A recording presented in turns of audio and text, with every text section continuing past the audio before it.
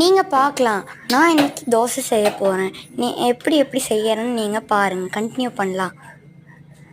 முதல்ல தோசை மாவு எடுத்து அந்த தோசை கல்லில் போட்டு அதையே நல்லா உருட்டணுங்க. அதுக்கப்புறம் கொஞ்சம் வெயிட் பண்ணிவிட்டு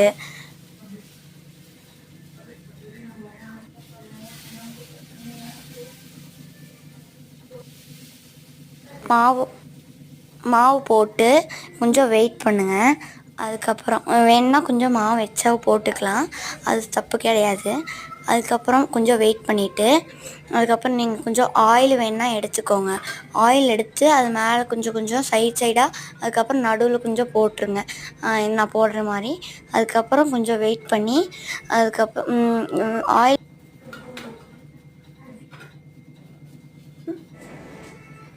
அதுக்கப்புறம் அது கொஞ்சம் எடுத்து பல்ட்டி போட்டுருங்க. அதையே எனக்கு என்ன சொல்லணும்னு தெரியாது. அதை கொஞ்சம் கேஸ் லிமிட் ஏற்றி அந்த தோசையை வந்து பல்ட்டி இந்த மாதிரி நான் போடுற மாதிரி போடுங்க. இப்போ பாருங்கள், நான் போடுறேன் பாருங்கள். ஏதோ கேஸ் லிமிட் ஏறிச்சுங்களா? அதுக்கப்புறம் அதை கேஸ் லிமிட் கம்மியாக இருந்துச்சுன்னா அது எடுக்கும்போது ஒட்டிக்கோ கீழே, அதனால் ஏற்றிக்கோங்க. அதுக்கப்புறம் ஏற்றினதுக்கப்புறம் அதை திருப்புங்க. நல்லா திருப்பினதுக்கு அந்த சைடாக சைட்ஸாக எடுத்து பாருங்கள். ஆயிடுச்சுன்னா ஓகே, இல்லைன்னா அது வராதுங்க. அதுக்கப்புறம் கொஞ்சம் தோசை எடுத்து பல்ட்டி போட்டு வச்சுருங்க. அதுக்கப்புறம் நீங்கள் வந்து கொஞ்சம் ஆயில் மறுபடியும் போடலாம், மேலே தோசைக்கு மேலே சைடில் போடலாம்.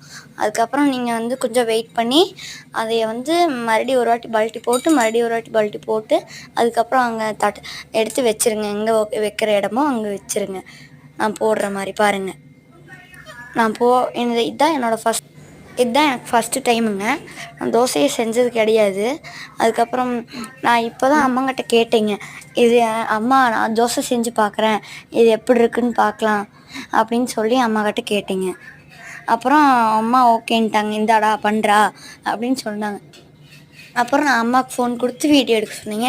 அதுக்கப்புறம் நான் போய் தோசை செய்ய ஆரம்பித்தேங்க. அதுக்கப்புறம் நான் போய் ஜாலியாக சாப்பிட்டேன். பிக்னிக் இது ஃபஸ்ட்டு தோசையை நான் என்ஜாய் பண்ணி ஜாலியாக சாப்பிட்டு